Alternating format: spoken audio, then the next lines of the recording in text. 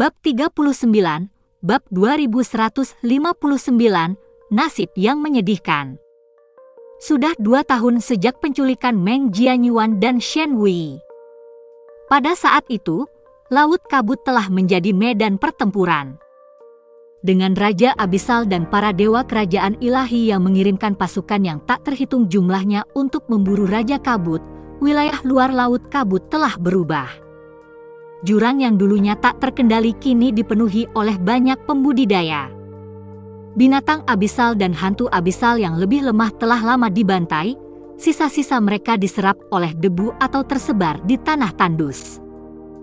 Perkemahan besar telah didirikan di seluruh wilayah luar, membentuk zona aman sementara bagi mereka yang berani memasuki Laut Kabut untuk mencari petunjuk. Kehadiran begitu banyak makhluk kuat telah mengubah keseimbangan wilayah tersebut, membuat wilayah luar jauh lebih tidak berbahaya daripada sebelumnya. Namun meskipun demikian, belum ada yang menemukan jejak Raja Kabut. Pada saat ini, sosok berwajah pucat muncul dari wilayah dalam Laut Kabut, napasnya tidak teratur, auranya sedikit tidak stabil. Saat dia melangkah ke zona aman luar, tatapan yang tak terhitung jumlahnya tertuju padanya dengan kaget. Karena pria ini benar-benar datang dari kedalaman Laut Kabut dalam. Dia adalah putra ilahi bintang, Sha Xing. Di belakangnya berdiri beberapa tetua, masing-masing membawa lambang kerajaan ilahi bulan dan bintang. Ekspresi mereka dipenuhi dengan campuran kekhawatiran dan kegelisahan. Putra ilahi Xing, apakah kamu yakin kamu baik-baik saja? Salah satu tetua berbicara, suaranya berat karena khawatir. Wajahnya terlalu pucat, matanya yang biasanya seperti bintang redup, seolah-olah ada sesuatu yang mengguncangnya sampai ke inti. Aku baik-baik saja. Suaranya stabil, tetapi tidak ada keyakinan di baliknya. Bukan karena dia terluka secara fisik, jauh dari itu. Dengan beberapa tetua alam terbatas ilahi yang menemaninya, keselamatannya hampir terjamin selama mereka tidak benar-benar menjelajah ke kedalaman Laut Kabut tak berujung yang sebenarnya. Namun, 2 tahun terakhir ini, pikirannya tidak pernah tenang. Setelah bupati ilahinya dan dewa sejati lainnya menyatakan bahwa komandan ksatria kemungkinan telah ditanamkan inti abisal yang secara efektif mengubahnya menjadi mayat berjalan yang hanya menunggu saat yang tepat untuk meletus dan menjadi hantu abisal. Putra ilahi bintang telah memucat karena ketakutan. Karena dia juga telah bertemu dengan Raja Kabut. Dan dia takut. Sangat takut. Itu telah menggerogoti dirinya. Ketakutan yang begitu dalam sehingga dia hampir tidak bisa tidur. Jadi, dengan kedok memimpin pencarian jejak Raja Kabut, dengan kedok mencari putra ilahi penenun mimpi yang hilang, Meng Jianyuan, dia telah mengumpulkan para tetua kerajaan ilahinya dan membawa mereka ke kabut tak berujung. Ya, dia di sini untuk menemukan Raja Kabut. Tapi bukan untuk bertarung. Bukan untuk menangkap. Dia ingin memohon. Untuk berlutut di hadapan Raja. Untuk memohon belas kasihan. Karena dia yakin akan hal itu. Ada inti abisal di dalam dirinya. Dia masih ingat hari itu. Hari ketika Raja Kabut menyerbu tanah suci. Pada saat itu, dia merasakannya. Sensasi dingin jauh di dalam jiwanya, sesuatu yang mengintai di dalam dirinya, sesuatu yang mengancam untuk bangkit. Namun, tidak ada yang terjadi. Itu tetap tidak aktif.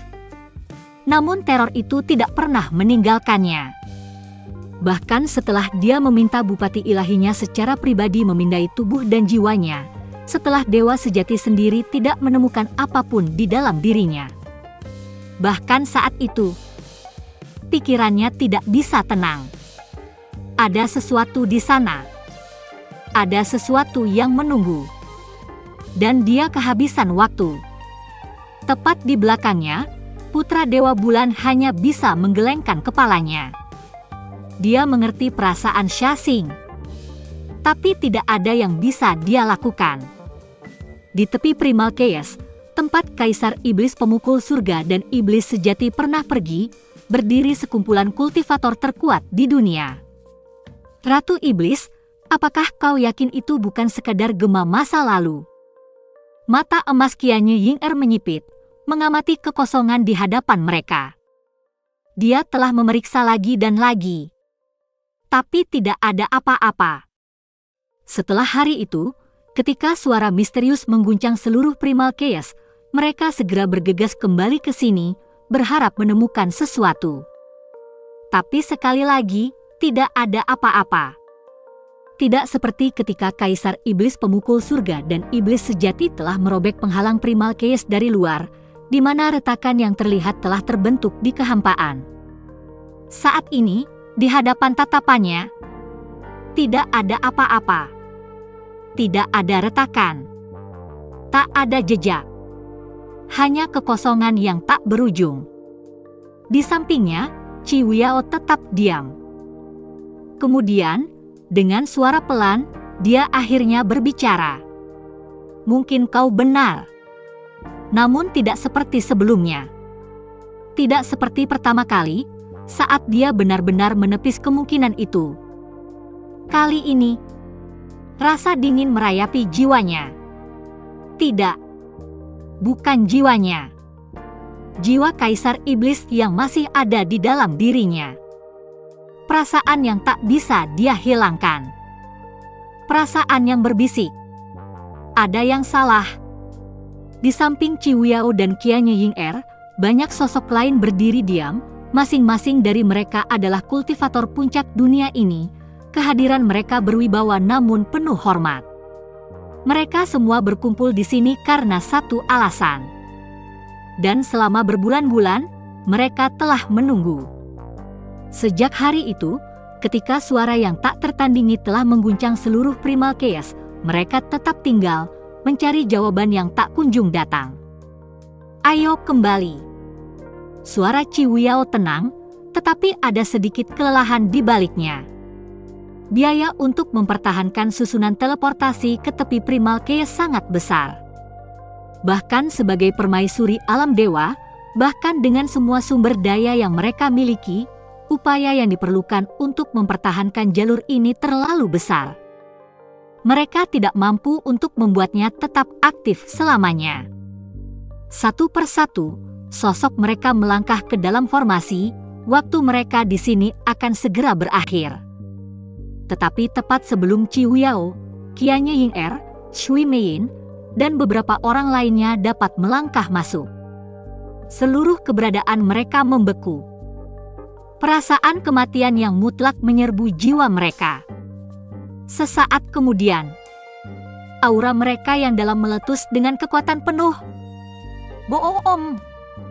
Ledakan yang terjadi setelahnya merobek ruang itu sendiri, mengirimkan gelombang kejut jauh melampaui tepi alam semesta. Kekuatan itu begitu besar tak terbayangkan sehingga bahkan alam bintang yang jauh dari tepi Primal Chaos terlempar keras dari orbitnya. Arg! Jeritan kesakitan bergema saat darah berceceran di kehampaan. Praktisi terkuat di dunia ini, makhluk yang telah berdiri di puncak semua keberadaan, terlempar terbang seperti daun dalam badai. Dan kemudian, untuk sesaat, mata mereka membelalak karena ngeri. Karena kali ini, itu bukan sekadar suara.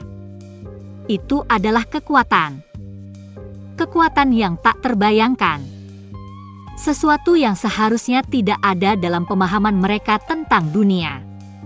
Dari dinding kekacauan primal, di ujung keberadaan, sebuah retakan kecil terbentuk.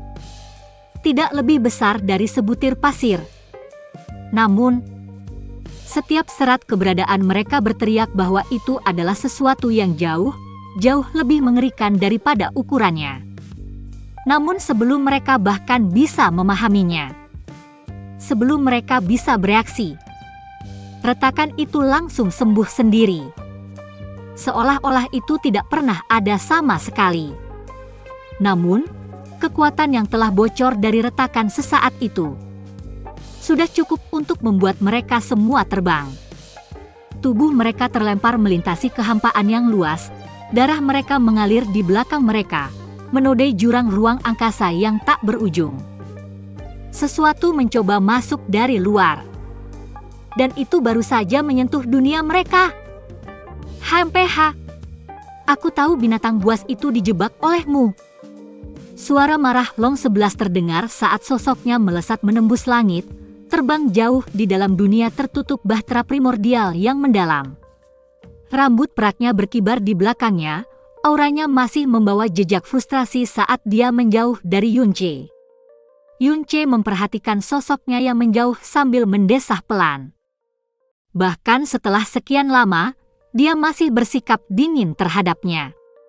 Namun, seiring berlalunya hari, dengan setiap interaksi baru, dia bisa merasakannya. Kesenjangan di antara mereka semakin menyempit. Suatu hari akan tiba, segera, ketika mereka tidak lagi terasing. Suatu hari ketika mereka akhirnya akan menjadi sebuah keluarga.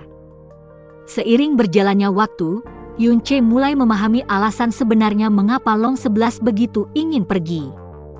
Dia sedang mencari kristal api primordial, sesuatu yang sangat berharga untuk apa yang ingin dia lakukan. Namun, dia telah berjanji padanya. Dengan kekuatannya, metodenya, dan sumber dayanya, dia dapat menemukan kristal yang dibutuhkannya lebih cepat daripada apapun yang dapat diperolehnya dengan menjelajahi abis sendirian. Dan akhirnya, setelah semua penolakannya yang keras kepala, dia mengalah dan hampir patuh tetap berada di dunia ini.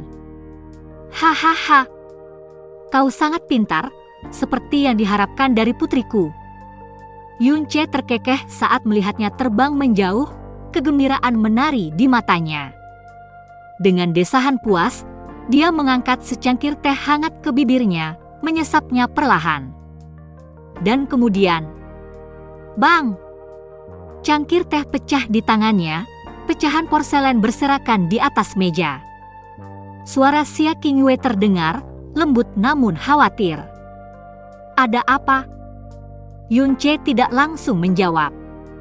Dia menatap telapak tangannya, tempat sisa-sisa cangkir teh yang pecah tergeletak, jari-jarinya sedikit gemetar. Bukan pecahan-pecahan itu yang membuatnya gelisah, melainkan sesak yang tiba-tiba di dadanya. Sensasi aneh, hampir menindas. Seolah-olah ada sesuatu yang menekan jiwanya. Kendalinya atas energinya yang mendalam telah hilang. Hanya sesaat. Tidak ada hanya saja. Suaranya melemah, alisnya berkerut. Xia Qingyue diam-diam berlutut di samping Yunche, gerakannya lembut dan hati-hati. Tanpa sepatah kata pun, dia mengambil pecahan cangkir teh, menyingkirkannya sebelum dia melingkarkan lengannya di sekelilingnya, menariknya ke dalam pelukan yang tenang. Hidup Yun 11 seluruh hidupnya benar-benar merupakan takdir yang menyedihkan. Yunche suaranya rendah, namun setiap kata membawa beban yang tidak bisa diabaikan. Bahkan saat dia berbicara, indera ilahinya menjangkau, mengikuti sosok putrinya yang jauh. Shen 11 ibunya adalah putri Dewa Naga Biru Purba, leluhur ras naga itu sendiri. Sebagai makhluk dengan garis keturunan yang tak tertandingi, Shen 11 seharusnya tidak tersentuh, keberadaan ilahi yang berada di luar jangkauan makhluk biasa. Dengan hak itu, Yun 11 seharusnya diperlakukan sebagai harta tak ternilai dari klan naga. Namun, nasibnya hanyalah kesedihan. Saat Yunche berbicara, dia menceritakan pengalamannya dari sudut pandangnya, kenangan itu berkelebat di benaknya seperti gelombang yang kejam. Apa yang telah dia lalui, bagaimana dia bertahan hidup. Dia tahu itu pasti jutaan kali lebih sulit baginya daripada apa yang dia bayangkan. Dan pada akhirnya, dia bahkan tidak ada di sana. Aku bahkan tidak ada di sana selama hampir seluruh hidupnya. Suaranya bergetar, tangannya mengepal saat rasa sakit berkedip di matanya yang berkabut. Xia Qingyue mendengarkan dengan tenang, tidak menyela. Dia hanya membiarkannya berbicara, membiarkannya melepaskan emosi yang telah lama terpendam di dalam. Dan kemudian, dengan lembut, dia akhirnya berbicara. Bahkan jika kamu tidak ada di sana di tahun-tahun sebelumnya. Suaranya seperti air yang mengalir, tenang namun penuh dengan kehangatan. Tetapi sebagai kultivator, rentang hidup kita panjang, sangat panjang. Mengapa kamu tidak menggunakan waktu itu untuk menebusnya? Saat dia berbicara, dia dengan lembut memegang wajah Yunche, memiringkannya sedikit sehingga mata mereka bertemu. Momen hening berlalu di antara mereka.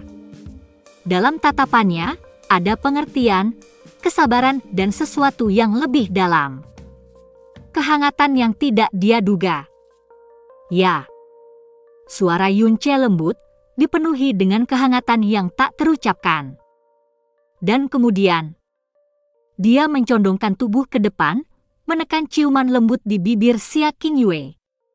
Ciuman itu singkat, cepat berlalu. Tetapi bahkan setelah mereka berpisah, sensasi yang tersisa tetap ada.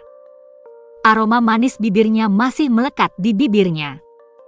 Xia Qingyue menatapnya, matanya yang ungu sedalam kosmos yang tak terbatas. Di dalamnya, dia melihat cahaya bintang yang tak terbatas dari jiwanya. Tetapi di balik kecemerlangan itu, dia juga melihat kelelahannya. Kamu pasti lelah. Istirahatlah untuk saat ini. Suaranya lembut dan menenangkan. Dia mengulurkan tangannya, mengirimkan aliran energi hangat yang lembut ke tubuh Yunche. Dia tidak menolak. Sebaliknya, dia membiarkan energi Yunche membasahi dirinya, menidurkannya dalam pelukan tidur yang menenangkan. Segera, kesadarannya tenggelam lebih dalam dan lebih dalam. Sampai dia tertidur lelap. Xia Qingyue duduk dengan tenang di sampingnya, tatapannya tertuju pada wajah damai Yunche. Dia telah mengawasinya berkali-kali sebelumnya, tetapi malam ini, dia merasakan sesuatu yang berbeda. Selama 3 tahun terakhir, mereka hidup bersama sebagai suami istri. Namun, selama itu, Yunche tidak pernah menuntut apapun darinya. Dia tidak pernah memaksanya untuk berbagi tempat tidur dengannya, juga tidak pernah menekannya untuk bertindak sebagai istrinya seperti yang diharapkan dunia. Sebaliknya, dia menghabiskan sebagian besar waktunya untuk berkultivasi, berburu sumber daya, dan menghabiskan waktu bersama putrinya. Selain dari pengejaran itu, hari-hari mereka telah damai. Semacam kehidupan yang tenang yang tidak pernah mereka duga sebelumnya. Dan selama bertahun-tahun ini, Yunche telah mendorong kultivasinya ke tingkat yang tak terbayangkan. Dia telah mencapai puncak alam master ilahi tingkat 9. Selangkah lagi menuju alam master ilahi tertinggi. Master ilahi tingkat 10. Namun, kemajuan besar ini harus dibayar dengan harga yang mahal. Setiap kristal abisal terakhir yang telah dikumpulkannya telah digunakan untuk mendorong kenaikannya. Tetap saja, Xia Qingyue tidak khawatir. Karena Yunche tidak khawatir. Dengan kemampuan uniknya untuk melihat ke dalam tubuh binatang abisal, Yunche dapat mendeteksi mana yang berisi kristal ilahi. Baginya, sumber daya tidak terbatas. Dia tidak pernah takut kehabisan. Namun, terlepas dari semua usahanya, terlepas dari semua pencapaiannya, dia masih belum menemukan kristal api primordial lainnya. Yunche seringkali menjelajah ke tepi luar laut kabut, mencari informasi. Dengan seni tembus pandangnya dan batu suci yang menyembunyikan aura, kekuatan, dan jiwanya, tidak seorang pun mampu mengenalinya. Setiap kali dia kembali, dia akan berbagi semua yang dia pelajari dengan Xia Qingyue. Setetes air mata mengalir di pipi Xia Qingyue tanpa disadari. Sampai saat itu jatuh. Napasnya tercekat. Dia segera menyekanya, seolah-olah air mata itu tidak pernah ada di sana. Tetapi tidak peduli seberapa banyak dia menyeka air mata di wajahnya, dia tidak dapat menghapus rasa sakit di hatinya. Hanya, mengapa kau hanya menunjukkan kepadaku saat-saat bahagia, Yunche? Dia bergumam, suaranya nyaris seperti bisikan. Tatapannya melayang ke langit yang jauh, ke tempat Yun 11 terbang menjauh. Kata-kata Yunche sebelumnya bergema di benaknya. Nasib yang menyedihkan. Dan tiba-tiba, sebuah getaran mengalir melalui jiwanya. Sebuah guncangan hebat melonjak dalam dirinya, sesuatu di dalam dirinya terlepas. Dan lalu, suara yang bukan miliknya bergema di seluruh keberadaannya. Xia Qingyue. Penguasa ini belum pernah melihat nasib yang begitu menyedihkan sebelumnya sepanjang hidupku. Bahkan penguasa ini, yang telah mengalami malapetaka karena dibuang keluar Primal Chaos, merasa sedih untukmu. Saat kata-kata itu bergema, gambar-gambar kabur di dalam benaknya hancur. Dan kemudian, satu persatu, mereka kembali. Hidupnya sebagai Xia Qingyue dari Floating Cloud City. Perjalanannya melintasi Blue Pole Star. Kematian ayahnya. Kematian ibunya. Kehancuran Moon God Realm. Semuanya. Semua yang telah dia kubur dalam-dalam di jiwanya. Semua yang telah disegel. Semuanya kembali hancur. Tangan Xia Qingyue menjadi dingin. Dia ingat sekarang. Dia mengingat semuanya. Kehangatan yang pernah terpancar di matanya perlahan memudar, seolah-olah tidak pernah ada sama sekali. Ekspresinya menjadi tenang, sangat menyeramkan, saat dia menurunkan Yunche dengan tenang, membiarkannya melanjutkan istirahatnya. Dan kemudian, tanpa sepatah kata pun, dia berjalan pergi. Saat dia cukup menjauh dari mereka, langkahnya bertambah cepat. Dan begitu dia yakin bahwa kekuatannya tidak akan mengganggu tidur Yunche, dia menghilang. Kecepatannya melesat di udara, lebih cepat dari sebelumnya, saat dia bergegas menuju pintu keluar dunia. Karena ikatan antara dirinya dan Yunche, penghalang itu tidak menghentikannya. Penghalang itu membiarkannya melewatinya dengan mudah, seolah-olah dia memang ditakdirkan untuk pergi. Dan segera, dia melangkah ke dunia luar. Debu abis mengaduk, tebal dan menyesakkan, energi korosif mengikis semua yang disentuhnya. Raungan binatang abisal bergema di udara, naluri mereka berkobar saat melihat kehidupan. Namun, saat mereka mencoba merasakannya lagi, kehidupan itu telah hilang.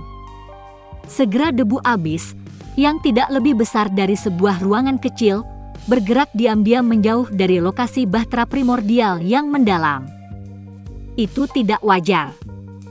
Keberadaannya salah. Seolah-olah bergerak dengan tujuan, namun tetap tidak terdeteksi. Kenapa? Suaranya bergetar. Tubuhnya gemetar di bawah selubung debu abis. Tetes.